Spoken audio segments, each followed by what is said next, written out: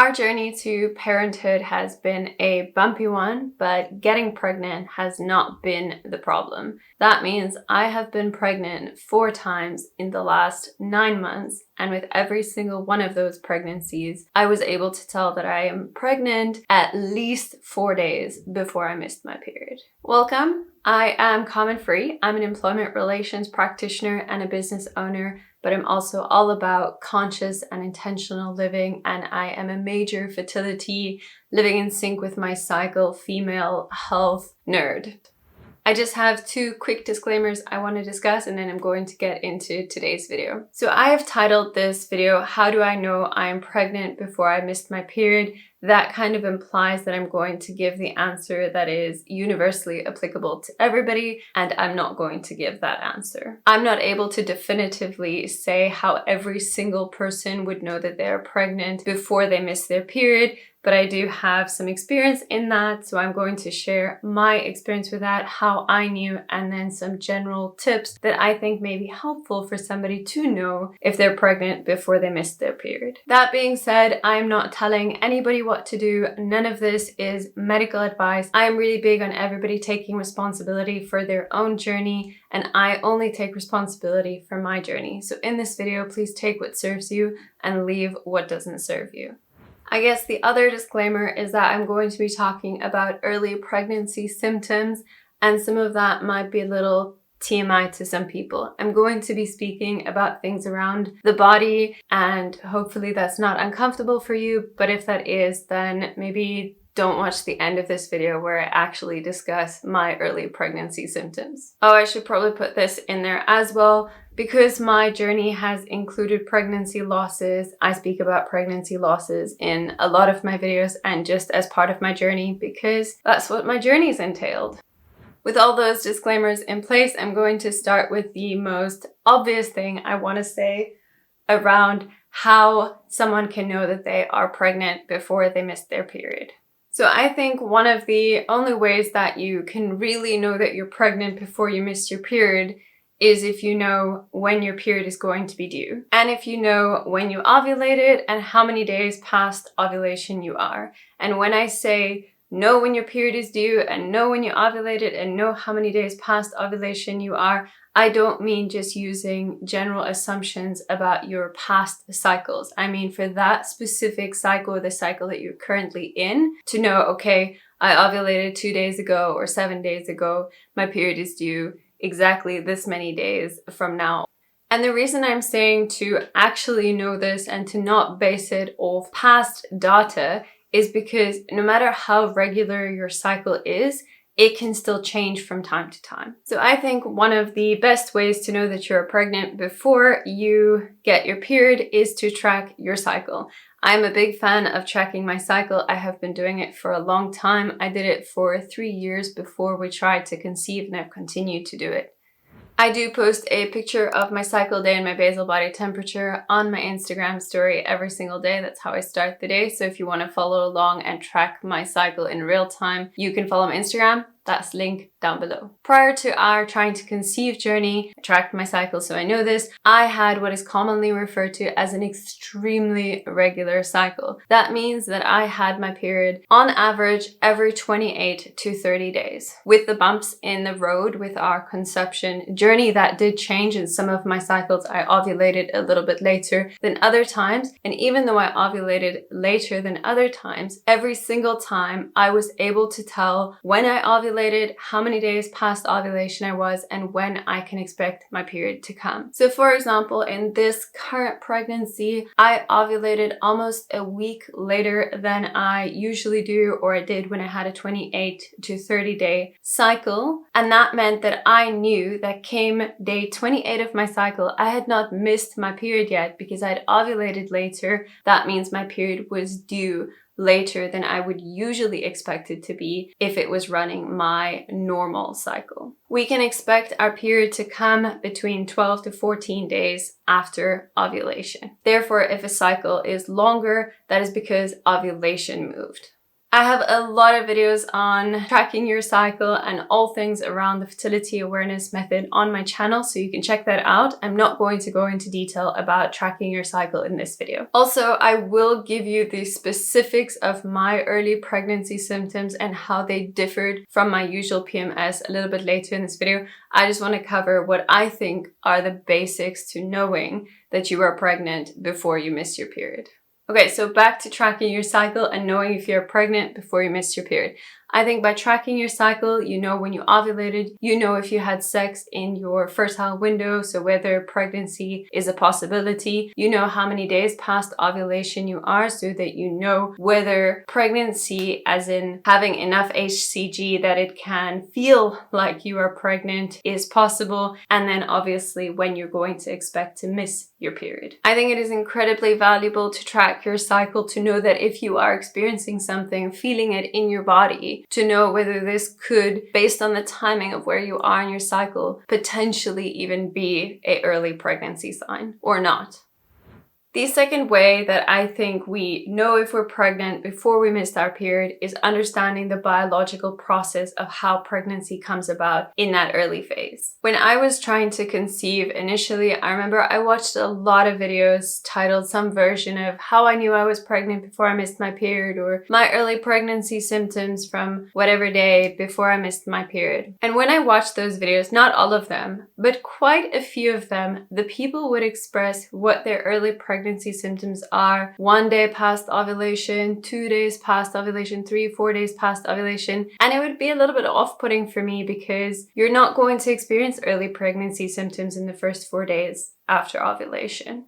Now, the reason for this is, and I speak at length about the fertile window and the functioning of cervical fluid in another video, but essentially cervical fluid is going to keep the sperm alive and transition it to be ready to fertilize the egg. On ovulation, the egg is released and starts to come down, meets up with the sperm kind of goes into it, fertilizes it, and then both of those things have to travel all the way down and then implant into the uterus. And that takes a little bit of time. That means you can't feel pregnancy symptoms in the first 4 days after ovulation because that whole journey is still busy happening. Once the fertilized egg has implanted in the uterus, it triggers the production of HCG. HCG being the pregnancy hormone, the hormone that is picked up on the pregnancy pee-stick test. And only when we are busy producing HCG, which is unique to a pregnancy, we will start to feel potentially pregnancy symptoms. Anything we experience when there isn't sufficient HCG or there isn't any HCG is potentially just normal luteal phase symptoms or normal PMS symptom. All of the content and literature that I engaged with said that that whole trip from ovulation and fertilizing the egg coming down to implanting in your uterus takes 6 to 12 days. And then once it's implanted, it still does take a while for the HCG to increase enough to probably feel anything in your body, as well as to pick it up on a early detection pregnancy test. But that all being said, it means when somebody is saying they're experiencing early pregnancy symptoms in the first 5 days after ovulation, it's unlikely that those are early pregnancy symptoms, because the symptoms come from when it's implanted in the uterus, starts to produce HCG, and we feel symptoms that differ from our usual luteal phase symptoms. So what might potentially happen if somebody is experiencing symptoms that early on, it might just be unique to what is happening in their body, but not necessarily be as a result of pregnancy, or they could have miscalculated ovulation and actually ovulated earlier than they thought, and they're actually a little bit later in their cycle than they're thinking. But that all being said, the reason I'm saying all of this stuff is not to bash anybody who makes a video detailing whatever they think is their early pregnancy symptoms right at the beginning. The reason I'm saying that is because I've been on the trying to conceive journey and I speak to a lot of women on that journey. And I think when you are symptom spotting, you're trying to identify whether a particular symptom could potentially be an early pregnancy symptom. It helps to know that if it's in those first 1 to 5 days after you ovulated, it probably is is not a pregnancy symptom. I think it helps to understand the biological process so that people don't end up taking pregnancy tests when it's unlikely to be possible that it's going to show that they are pregnant on that test, and potentially be disappointed just because they're going about it a little bit too early. In all of the pregnancies that I had, as far as I could tell, implantation took place between 8 and 9 days past ovulation. And the times I did take a pregnancy test, I got a positive on 11 days past ovulation, but all 4 of them, I got my early pregnancy symptoms where I could say with a lot of certainty that this is different from my PMS at 11 days past ovulation. As the HCG is rising, so if implantation took place at 8 or 9 days past ovulation, then I start to feel the symptoms a little bit later because the HCG levels are doubling in the beginning, which means you start to feel more pregnant as the days go on. I also want to say I completely understand that it is so easy to confuse early pregnancy symptoms, and I'm going to refer to them as PMS in this video, but when I say PMS, I mean what you would usually experience in the 2 weeks before your period. So what are your usual luteal phase symptoms? The reason I'm saying it's easy to confuse those two is because that time is where our body is literally preparing for pregnancy. It's acting as if you're going to get pregnant every single time in those 2 weeks. So ovulation triggers the progesterone production, progesterone goes up, basal body temperature goes up, and we experience certain symptoms that are unique to those 2 weeks right before our period. If we are not pregnant, the progesterone will drop and our lining will shed, bleeding will start,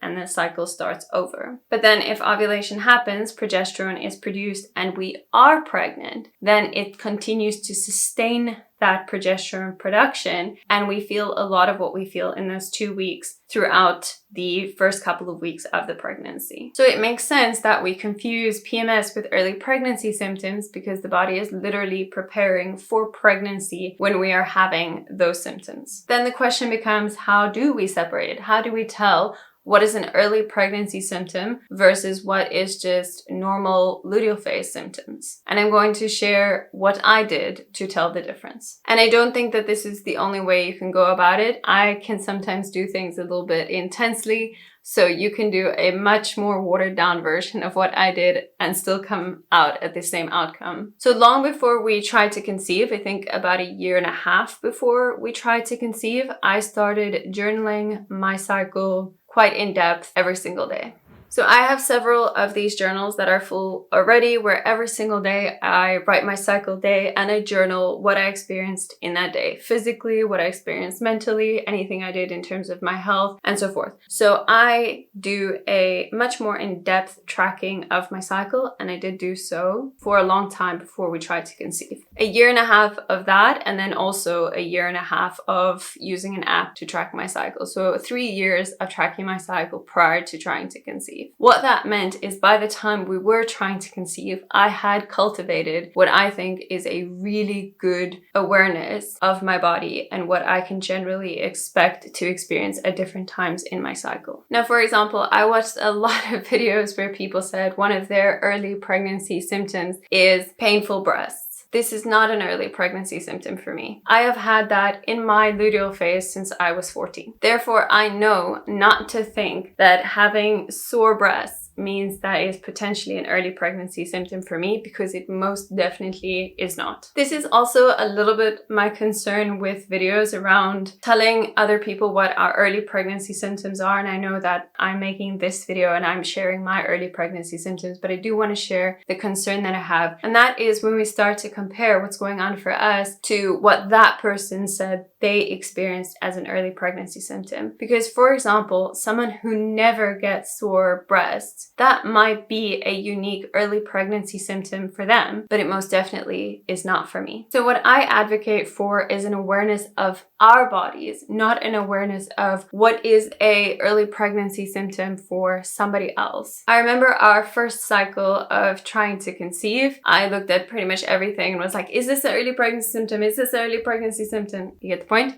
And there was one thing in particular where I was like, I think this is an early pregnancy symptom. And I remember I went back in my journals and looked if I had experienced that in a previous cycle or previous cycles, and I saw that I had, and it was actually no different to anything that I had journaled in the cycles when we weren't trying to conceive. So that was actually helpful for me to get that understanding instead of continuously thinking that that thing was potentially an early pregnancy symptom. And that being said, because I did in that cycle, I thought everything was an early pregnancy symptom. When I actually did get pregnant and I felt the early pregnancy symptoms, then it wasn't is this? It was this is something else. This is really something different. This is not something I've experienced before. I'm pretty sure this is an early pregnancy symptom. With my first pregnancy, so my first pregnancy was a chemical pregnancy. That being said, it started off as a normal pregnancy. It obviously just ended very quickly, but the early pregnancy symptoms I had in my chemical pregnancy were, out of the four, the most obvious. There was some stuff I had in that one that I didn't have in the other one. The first thing is that around 8 to 9 days past ovulation, I felt like poking and pulling things in my uterus. At some point, it did feel like somebody poked me in my uterus with a stick. I think it was on day 9 past ovulation. I do have the exact data, I just don't feel like looking in my journals right now, but I think it was on day 9 past ovulation. I had the tiniest amount of spotting of old blood that I'm assuming was from implantation, because I don't generally spot in my 2 weeks before my period at all. Actually, spotting is really uncommon for me at any point in my cycle. I remember, because I knew in that cycle that it does take 6 to 12 days for the whole journey down and implantation, so feeling that at 8 or 9 days past ovulation was consistent with how long the journey takes for the egg and the sperm to come down and to implant. That was the only cycle I did this. In that cycle, I wanted to do cheap pregnancy test from 8 days past ovulation. I picked 8 days past ovulation because the journey of the fertilized egg to implant into the uterus takes between 6 to 12 days. And then generally speaking, it takes about 2 days for the HCG levels, once it's implanted, to be high enough to show up on any pregnancy test. So I figured if the lowest time that it takes is 6 days, that means the earliest I would see anything on a pregnancy test would be 8 days past ovulation. So in that cycle, I was doing pregnancy tests from 8 days past ovulation, and I felt those tinges and the poke at 8 or 9 days past ovulation. I had the tiny bit of spotting, I think, on the 9th day past ovulation, and then on the 11th day, I got the positive on the pregnancy test. Prior to getting the positive on that pregnancy test, I remember on the 10th day past ovulation, I still have this photograph. I took a photograph of my uterus because I had felt a shift in symptoms that I knew was very different to my usual luteal phase stuff, and I knew something was different about this cycle. Obviously, I suspected that it was pregnancy, but I didn't want to get my hopes up, so I didn't phrase it as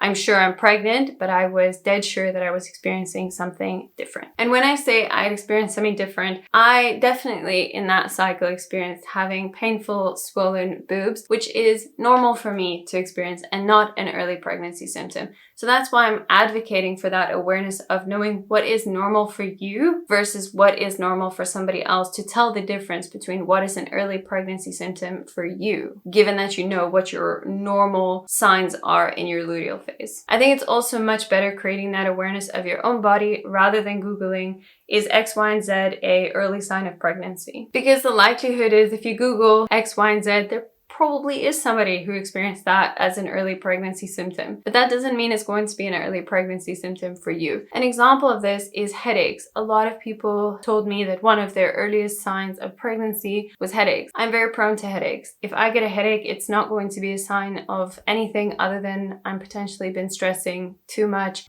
And I do think with the whole trying to conceive journey and with pregnancy, there is a tendency to look outside of us rather than to create that internal awareness. And I know that at the beginning of my journey, I most definitely did that. And it took quite a lot for me to come back to how I initially, prior to trying to conceive, wanted to approach the conception journey. And I want to say it's the same thing with early pregnancy symptoms. If you're watching this video, I do want to urge you not to make a comparison, not to become disappointed if I share an early pregnancy symptom that you didn't experience, unless of course you are doing that comparison simply from an interest's sake, but it's not from a sake of assuming that you are or aren't pregnant because you did or didn't have the same experience as what I had. Also, so far I've shared a bit about my chemical pregnancy, and obviously a chemical pregnancy is not a desired outcome, I think, for anybody. So I do just want to urge to say, please don't listen to these pregnancy symptoms as a sign of whether if you're experiencing them or not experiencing them, it's an indication that your pregnancy is going to be sustained or not sustained. I have shared on my Instagram what I experienced when I had the loss of the pregnancies, but please note that the loss that I experienced did not impact the early pregnancy symptoms that I experienced. Meaning there was no indication of the loss when the early pregnancy came about. All of my pregnancies felt and started like any other pregnancy would. So even, for example, with my chemical pregnancy, which is the one that terminated the earliest or was the shortest pregnancy, it was like a few days. That one had the perfect basal body temperature chart for pregnancy. It is the only one of my pregnancies, I think I'll have to check, but I think the only one that had an implantation dip in the basal body temperature. It's also the only one that had the triphasic pattern that we sometimes see with pregnancy and the basal body temperature chart. I talk about that in my video on temperature charts. It is also the only one that I felt something remotely feeling like what I think implantation would be, and the only one that I had some kind of spotting around the time when implantation would have taken place. I did not experience any of that stuff with any of the other pregnancies I had that sustained for a longer period. That all being said, I'm now going to share a little bit more about what my early pregnancy signs were. So I think the most obvious one, and the one that I had with all of them, was this random increase in saliva. I would randomly notice that I just had a lot more saliva than I usually do, and that I was needing to swallow a lot more. So I film these videos, I speak, I also speak in my job, I do consultations, I speak all the time. And when you speak a lot, it's quite easy to notice when your speech is being impaired by increased saliva. So just FYI, filming these videos definitely takes a lot more time when I'm pregnant versus when I am not pregnant. A slightly less obvious sign than I had, but it is unique for me to experience it. Since my health efforts started like 4 years ago, I don't randomly experience heartburn. Heartburn is not something that I will randomly have on any given day, except when I'm pregnant. And in that early phases of pregnancy, it's not just the early phases, it's one of those that does continue for me. But that nice combination of increased saliva and heartburn was quite an obvious sign for me. And this again is going to be where I say for like the 100th time in this video why it's so important to cultivate an awareness of your own body, is because if you regularly get heartburn, that's not going to be a pregnancy sign for you. Because I don't regularly get heartburn, I knew something's up here. I did not eat anything differently, I didn't do anything differently, but yet I randomly, along with the increased saliva, had a lot of heartburn. Now that I've said 2 early pregnancy signs that I did have, I want to say one that I thought I had, but I don't have because it's a usual sign for me. So one of the things that I read or I saw it in somebody's video was that they said that they had more exposed veins as an early pregnancy sign. I'm not sure if you can tell, but I'm pretty veiny on a normal day. So being extra veiny is not an early pregnancy sign for me at all. Moving back to what another early pregnancy sign was for me. So during ovulation, and I usually only get this during ovulation, I get a great sensitivity in my nipples. They are super sensitive to touch. If I get out of the shower and I put a towel on and the towel is not extra soft, or I put a type of shirt on, or I brush up against them, or even when I'm in the shower and the water goes directly on them, it's pretty uncomfortable. And I usually only have that during ovulation, except when I am pregnant. So what will happen is I will experience that during ovulation, it will go away, and once the HCG levels got high enough, it will come back. So for me, it was pretty obvious to have the combination of the increased saliva, the heartburn, and then most definitely noticing, it's like a very noticeable sensitivity of my nipples. Like, it's not the kind of sensitivity that you could think, is this a thing? Is this not a thing? I was like, this is a thing. This is definitely a thing.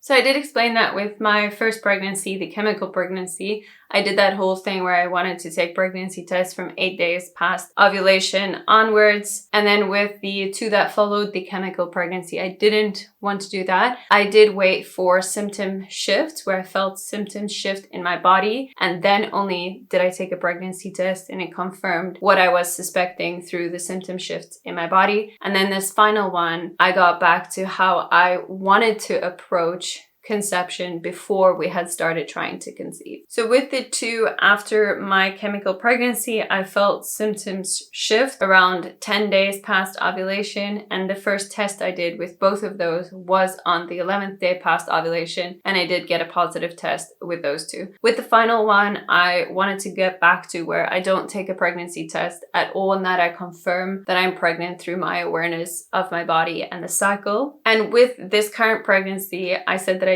ovulated like almost a week after I usually do, and I wasn't like counting how many days past ovulation I am, so I didn't have an exact awareness of how many days past ovulation am I on this particular day. But I remember there was a particular day where I felt the symptoms shift. I was at my sister's house, and when I got home that evening, I told my husband that I had felt the symptoms shift. Like the other times, I was fairly certain I know what they meant, but I just told him I don't want to take any tests and I don't really want to talk about it. I just want to experience it and then confirm pregnancy through the experience that I have over the next couple of days. But because this was now my 4th pregnancy, I was pretty sure what I was experiencing. I wasn't really doubting whether or not I was pregnant, even on that first day of the symptom shifts.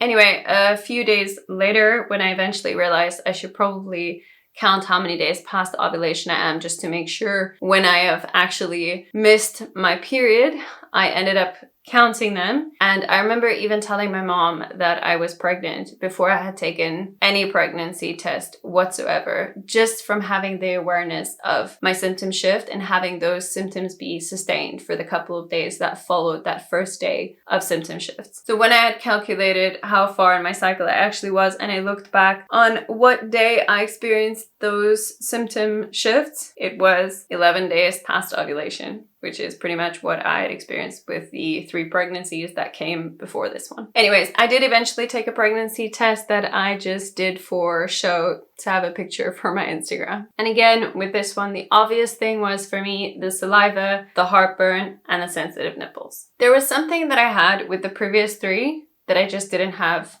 with this one. And in the previous 3, it would have been the thing that I said was my most obvious early pregnancy sign, but then I just didn't have it with this one. As part of my health efforts, I prioritize good quality sleep. So not just the hours of sleep, but how well I sleep in those hours. Sleep is very important to me because I was an insomniac for most of my life, and it took a whole lot of effort for me to get to a space where I can go to bed, fall asleep, and sleep 8 to 9 hours, wake up, and then do my day. With the first 3 pregnancies I had this weird thing where I would go to bed normally, fall asleep just fine, sleep quite deeply, and then come like 1, 2, or 3 in the morning, I would just wake up. And I wouldn't wake up groggy. I would wake up like alert and awake. And I didn't wake up anxious. You know, sometimes back in the day, I would have these things where I'd wake up like stressing about something in the day. Wasn't that at all. It was just like my body would wake up and be like, okay, I'm ready for the day now, except it's like 2 a.m. Anyway, so I had that with the chemical pregnancy. I think that was the most obvious sign after having, you know, that poke in my uterus, the tiny bit of spotting, the saliva, the heartburn, my sensitive nipples, and then at the night of 10 days past ovulation, so at like 2 in the morning of 11 days past ovulation, I was wide awake and I was like, this is off. There's something that has triggered my body just to wake up in the middle of the night. I'm not complaining that I didn't have it this time. I'm just noting that I didn't have it this time. It wasn't a particularly fun early pregnancy symptom because I did end up being very tired during the day. So definitely not complaining that I didn't have it this time. Okay, moving on to another early pregnancy symptom that I had that I wouldn't say is incredibly obvious, but it stood out to me. Again, this is something that I experience when I ovulate, and then usually it goes away, and that's acne. I usually get a little bit of acne around ovulation time, not every single time, but most times. I even refer to it as like a secondary sign of ovulation because I'm so used to getting acne around that time. And as soon as I'm done ovulating, it will just dry up, my skin will clear up again until it comes back around. Except, of course, if I'm pregnant. With every single one of the pregnancies in the week before my period was due, I got these so painful acne spots on my neck. I actually currently have them. And then speaking of what happens to me when I ovulate, I spoke about this in another video around what a typical cycle looks like for me and how around ovulation time I have an increase in body odor. That does not mean I'm stinky. It just means there's a general increase in body odor. I noticed that with every single one of the pregnancies. I would have that increase in body odor around ovulation. It would go away, and then it would come back again. The same as the sensitive nipples, have that at ovulation, it would go away, come back again. And the same with the acne. Have it, go away, come back again. Obviously, there are things that I experienced while being pregnant that I'm not talking about in this video because I only experienced them later on in the pregnancy. In this video, I'm only talking about the stuff that I experienced before I've missed my period. And one of them is that I think the uterus starts to swell up or whatever is happening inside there, but I feel this pressure on my bladder. So I know lots of people say that frequent urination is a sign of early pregnancy. I do have more frequent urination when I'm pregnant, but I wouldn't necessarily say that I notice that as an early pregnancy sign. And that's more something that I get as the pregnancy progresses. Like I get it a little bit later rather than in that week before my period. But what I do experience in that week before my period is a little bit more pressure than I usually would have onto my bladder from my uterus. And sometimes I would wake up a little bit uncomfortable from that pressure on my bladder and then needing to go to the bathroom. So I do just want to laugh about how I think pregnancy is amazing. I think it is an utterly beautiful and wonderful thing, but I don't think we can say that it is glamorous. Maybe it's glamorous for somebody else. It's not glamorous for me. And then I want to end off this video by speaking about a final thing about knowing that you are pregnant before you missed your period, which is a very obvious one, but please, I'm asking you to hear me out because I'm going to say some additional information with that. Before I get to that one, if you do want to share your early pregnancy symptoms with me or other people in the comments down below, please feel free to do so. And I hope that if we do share that it is more of a fun comparison rather than something that leads to additional stress on the trying to conceive journey, because nobody needs additional stress on the trying to conceive journey. The final thing that I wanted to discuss, and an extremely obvious way that you can know that you're pregnant before you missed your period, is through pregnancy tests. Like I said with the final one, I wanted to get back to what felt right for me in terms of what I value, which is the connection and the awareness and the trust in my body, which is why I didn't want to take pregnancy tests with this final one. And I eventually did take one simply for show, but it wasn't to confirm pregnancy. But with the other three, I did take, I wouldn't call them early detection pregnancy tests, but I took early pregnancy tests or pregnancy tests that picked up my early pregnancy. The thing I want to say is I watch a lot of videos from people in different countries and I've spoken to a lot of people. I do not live in a country where first response pregnancy tests are available, or at least I've never seen them in the country that I live. So the closest to that would, I guess, be Clear Blue's early detection pregnancy test. The part of me that is not a big fan of consumerism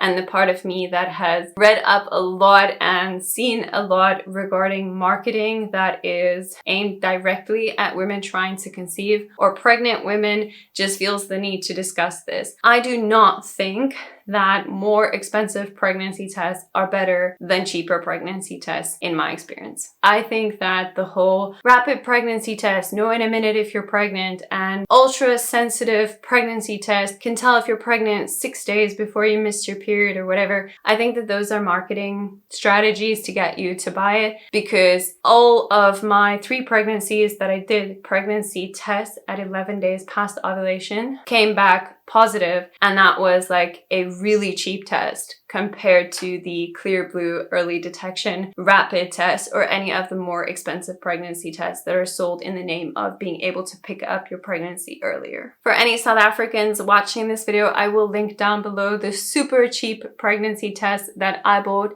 that were able to pick up my pregnancy at 11 days past ovulation. I do not think that the HCG in my pregnancies was high enough to be picked up by any pregnancy tests prior to 11 days past ovulation. The reason I'm saying that is because the symptom shifts that I felt, meaning there was something that changed in my body, meaning the HCG levels probably got high enough for me to feel a difference in my body, came about at between 10 to 11 days past ovulation. So I don't think that buying a more fancy pregnancy test would have meant that I tested positive earlier. Some people just have implantation that it happens earlier. So the people that I know who test positive at 8 days past ovulation, it's not because they're using a better pregnancy test than I'm using. It's because their implantation usually happens at 6 days past ovulation, where mine usually happens at like 9 days past ovulation. Then give it like 2 days for the HCG levels to get high enough to pick up on a pregnancy test and you get your positive pregnancy test. So I just want to give a caution around the marketing and how expensive pregnancy tests can get if we are assuming that the one that says ultra early whatever is somehow better than the super cheap one that picked up all my pregnancies. Again, I'm not advocating for you to buy the specific one that I used. I don't necessarily think it's the most amazing pregnancy test necessarily. All I'm saying is that I don't think expensive pregnancy tests make a big difference. Actually, I don't really think they make any difference other than they look a little bit nicer.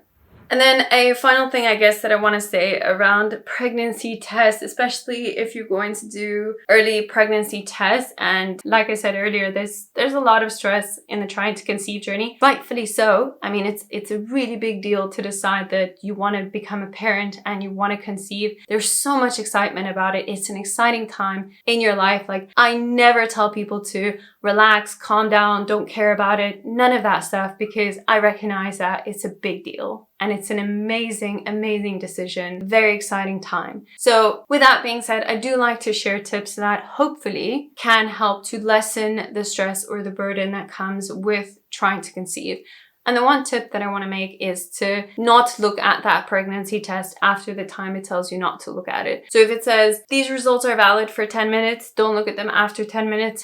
I really agree with that. Don't look at them after 10 minutes. In my personal experience, I have never had this, but I do know that some brands are prone to evaporation lines. So a line that comes once the whole thing has evaporated that kind of looks like it's a positive pregnancy test, but it's not. It's just that it's gone on long enough and then eventually after some time, it shows a line. I do know what evaporation lines look like on a pregnancy test. I've just never had one on a pregnancy test that I've done. And I think that throughout your trying to conceive journey, there might be a lot of like looking at lines on a pregnancy test. I know that I've had a lot of looking at lines on a pregnancy test, looking at my own pregnancy test, looking at other people's pregnancy tests. So I think that we add stress when we start looking at a line that's there as a result of the thing having gone way past the time that it's valid for, and a line that's just created from that. Generally speaking, an evap line is white, whereas the pregnancy line will be blue if it's a blue dye or pink if it's a pink dye. But anyway, just to reduce stress, I do recommend not looking at old pregnancy tests or reading into anything that it says on them. Very low levels of HCG, as in early pregnancy tests, can take a little bit longer to show up on the pregnancy test. But in my experience, it never took longer than the test pamphlet says. So if the test pamphlet says going to take 3 minutes to show up, none of mine showed up at like 5 minutes. They showed up before those 3 minutes. Anyways, I'm just sharing that because it is a really exciting time, but it can also be a very stressful time. And I think that is difficult. If you look at something, you wonder, is this a pregnancy line? Is this not a pregnancy line? And then it's an evaporation line. And it can be just quite disappointing. And that concludes today's video. If you do want to follow along on whatever my journey entails, I have been open about my journey right from the beginning on my Instagram. You can follow my Instagram or you can subscribe to my YouTube channel, and I will continue to make these kind of videos, or let me know in the comments what other kind of videos you might find interesting or helpful. And also remember to comment if you want to, and if it is fun for you to share your early pregnancy symptoms, if you have had any, or if you suspect suspect that you are having some. Thank you so much for watching, and remember to please like, subscribe, comment, and all of those awesome things that help me to continue to make videos.